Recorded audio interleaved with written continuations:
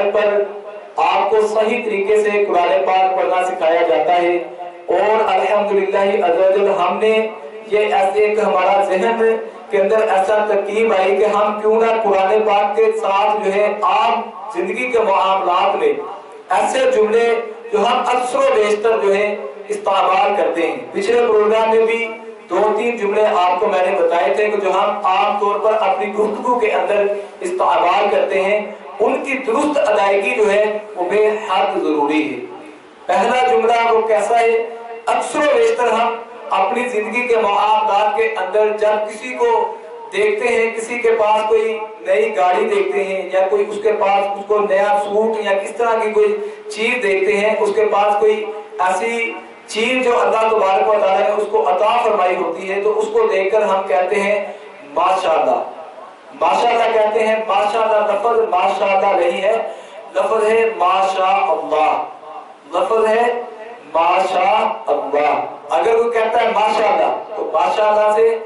اس ماشاء اللہ کا جو اصل میننگ تھا، اس کا جو اصل مطلب تھا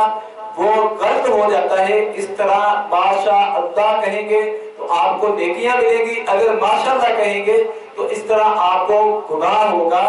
بلکہ ثواب اجر و ثواب نہیں ملے گا۔ الٹا ایسا لفظ بولنے پہ غلط لفظ بولا، ماشاء اللہ بولا، ماشاء اللہ لفظ ہے ماشاء اللہ، ماشاء اللہ۔ اس طرح کا آپ کو اگر آپ ماشاء اللہ کہیں گے تو انشاءاللہ عز و جل اس کا آپ کو اجر و ثواب ملے گا۔ اگر آپ کسی جملے کو جس طرح عام معاملات میں گفتگو کریں ماشاءاللہ ماشاءاللہ ایسے بول دیتے ہیں، تو اس طرح کے جملہ جو ہے یہ جملہ بولنا ماشاءاللہ بولنا درست نہیں، بلکہ درست جملہ یہ ہے ماشاء اللہ۔ اور اسی طرح سے ہم جو ہے اکثر و بیشتر کسی کام کے لیے نیت کرتے ہیں، کوئی اچھے کام کے لیے اچھے کاموں کی نیتیں ہمیں کرتی رہنا چاہیے، برے کاموں سے بچنے کی جو ہے دعا مانگتے رہنا چاہیے کہ اللہ تبارک و تعالی ہمیں برائیوں سے بچنے، نیک اعمال کرنے کی توفیق عطا فرمائے، اچھے اعمال کرنے کی توفیق عطا فرمائے۔ جب ہم کسی کام کے لیے ارادہ کرتے ہیں تو ہم کسی کے سامنے ارادہ کرتے ہیں تو کہتے ہیں انشاءاللہ، انشاءاللہ، انشاءاللہ لفظ ہے، لفظ درست ہے انشاءاللہ، انشاءاللہ درست لفظ۔ آپ بارہا اس کو توجہ دیں گے تو آپ کو محسوس ہوگا کہ واقعی ہم اس پہ اکثر و بیشتر جو ہے ہم غلط جملہ بول لیتے ہیں۔ جو ناظرین و سامعین اس پروگرام کو دیکھیں گے انشاءاللہ انشاءاللہ عز و جل ان کو یہ محسوس ہوگا کہ ہم پہلے جو جملہ بولتے تھے وہ درست تھا یا اب جو سیکھ کر ہم بول رہے ہیں وہ درست ہے۔ آپ کو انشاءاللہ عز و جل یہ محسوس ہوگا کہ انشاءاللہ کہنا درست نہیں، بلکہ درست جملہ جو ہے وہ ہے انشاءاللہ۔ اسی طریقے سے ہم جو ہے اذان کے دوران یا کسی بیان کے دوران اکثر و بیشتر ہم کہتے ہیں سبحان اللہ، سبحان اللہ، سبحان اللہ کہنا درست نہیں، لفظ ہے سبحان اللہ۔ سبحان ہا جو ہے اس میں مخارج کی اکثر و بیشتر آواز جو ہے وہ غلط نکل جاتی ہے۔ ہا کی آواز ہا کے ساتھ اگر ملائیں گے، جیم کے آگے ہا ہے، اور اسی طرح سب سے آخر میں آتا ہے حمزہ ہا۔ ہا کی آواز جو ہے ہا کے ساتھ ملا دیں گے تو اس طرح سے پڑھنا غلط ہے، اور اکثر کہہ دیتے ہیں سبحان اللہ، سبحان اللہ، اس طرح سبحان اللہ لفظ ہے سبحان اللہ۔ دان چینل پر دیکھنے اور سننے والے سامعین اور ناظرین، جو لفظ آپ کے سامنے میں جملے بول رہا ہوں عربی جملے، اکثر و بیشتر جو ہے ہماری دنیاوی زندگی کے اندر، معاملات کے اندر، گفتگو کے اندر ہمیں یہ بولنے پڑتے ہیں، سننے میں آتے ہیں۔ اگر کوئی اسلامی بھائی یا اسلامی بہن اس طرح کا جملہ آپ کے سامنے بولے سبحان اللہ کہے تو اس کو کہنا ہے آپ نے یہ جملہ محبت کے ساتھ اس کو سمجھائیں کہ سبحان اللہ لفظ سبحان اللہ، سبحان اللہ کہنا یہ بھی ٹھیک نہیں اور سبحان اللہ کہنا بھی درست نہیں۔ لفظ ہے درست لفظ ہے سبحان اللہ۔ ہا کی آواز آپ کے سامنے آپ کو آواز کی محسوس کریں، میں دونوں ہا کی آواز جو آپ کے سامنے نکالتا ہوں، جیم کے آگے جو ہا ہے، جیم کی شکل والا ہا، اس کی آواز آپ کے سامنے سبحان اللہ، سبحان اللہ آپ کو محسوس ہو رہا ہوگا۔ اگر میں اس کو دوسرا جو سینے سے آواز نکلتی ہے اس کا مخرج یہ ہے،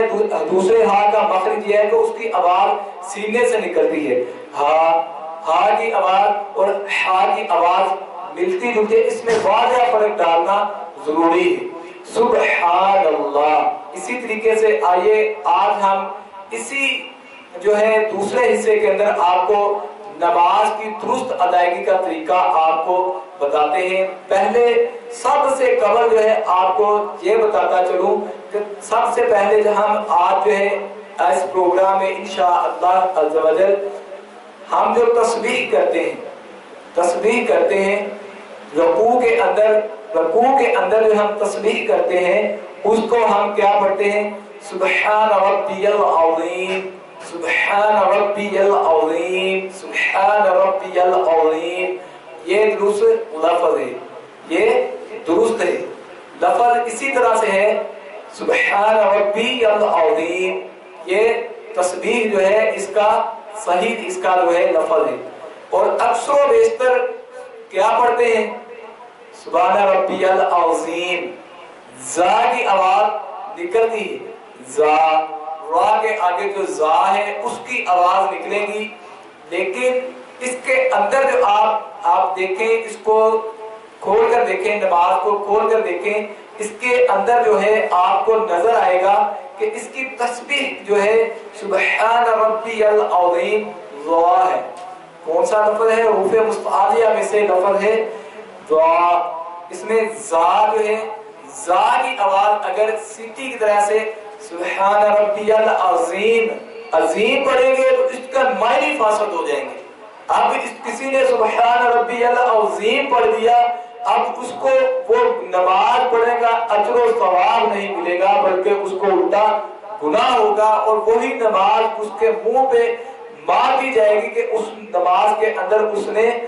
مخارج کی غلطی کی، قراءت کی غلطی کی، اس نے تسبیح کے پڑھنے کے اندر۔ اور اکثر دیکھیں میں آپ کے سامنے اردو میں بھی آپ کو بتا رہا ہوں، تسبیح لفظ ہے، تسبیح لفظ نہیں ہے، تسبیح لفظ نہیں، تسبیح جو ہے اب جو ہے اس کی جو ہے تسبیح جو ہے اس کا جو ہے طریقہ کار آپ کو میں بتا رہا ہوں کہ اس کو پڑھنے کا یہ طریقہ ہے، اس کے مخارج کا خاص کر کے خیال رکھنا بہت ہی ضروری ہے۔ انہی تمام باتوں کو مد نظر رکھتے ہوئے کہ ہمارے اسلامی بھائی جو قرآن پاک پڑھنا جانتے ہیں، اگر تو وہ صحیح مخارج کے ساتھ قرآن پاک پڑھنا نہیں جانتے، صحیح تلفظ کے ساتھ ادا نہیں کر سکتے۔ تلفظ کس کو کہتے ہیں؟ اگر یعنی زبر کو ایک الف کی مقدار جتنا لمبا کر کے پڑھ دیا، یا الف کو مدہ کی ویسے الف کو جو ہے مد کی وجہ کے بہت زیادہ لمبا کر کے پڑھ دیا، اس طرح جو ہے پڑھنا، اس کو تلفظ کی غلطیاں کہتے ہیں، ٹھیک ہے۔ اسی طرح مخارج کی غلطیاں کس کو کہتے ہیں کہ حروف مفردات، جو آپ کو میں نے قرآن اکیڈمی کے پچھلے پروگراموں میں آپ کو بتائے تھے، حروف مفردات سبق نمبر 1 قرآن اکیڈمی کے اندر آپ کو مدنی قاعدہ سے جو سبق پڑھایا تھا، حروف مفردات جو ہیں الف با تا فا، ان تمام حروف کے جو مخارج ہیں ان کو کس جگہ سے ادا کرتے ہیں، اس کو مخارج کس کو کہتے ہیں، کون سا حرف کس جگہ سے ادا ہوتا ہے اس کو اس کا مخرج کہتے ہیں، یعنی ادا ہونے والی جگہ، خارج ہونے والی جگہ، کس جگہ سے کون سا حرف کس جگہ سے ادا ہوتا ہے اس کو اس کا مخرج کہتے ہیں۔ اور تلفظ کی غلطیاں کیا ہوتی ہیں؟ جس حرف کو لمبا کرنا تھا اس کو ایسے ہی پڑھ دیا، جھٹکا دے کے پڑھ دیا، اور اگر کسی کو لمبا نہیں کرنا تھا اس کو لمبا کر کے پڑھ دیا۔ اس طرح سے ایسا پڑھنے میں قرآن پاک کی اکثر و بیشتر غلطیاں ہوتی ہیں، جس سے اس آیت کا جو ہم آیت پڑھ رہے ہوتے ہیں، جیسے ہم قرآن پاک کے ایک سورہ مبارکہ ہے جو اکثر و بیشتر نماز کے اندر ہم پڑھتے ہیں، سورہ اخلاص شروع ہوتی ہے قل هو اللہ احد، قل قاف دو نقطوں والا قاف، قل هو اللہ احد۔ اب اس کے اندر احد ہا کی بھی دیکھیں، آپ کو آواز علیحدہ محسوس کریں، ہا پڑھنا ہے، ہا نہیں پڑھنا، اور قاف تھا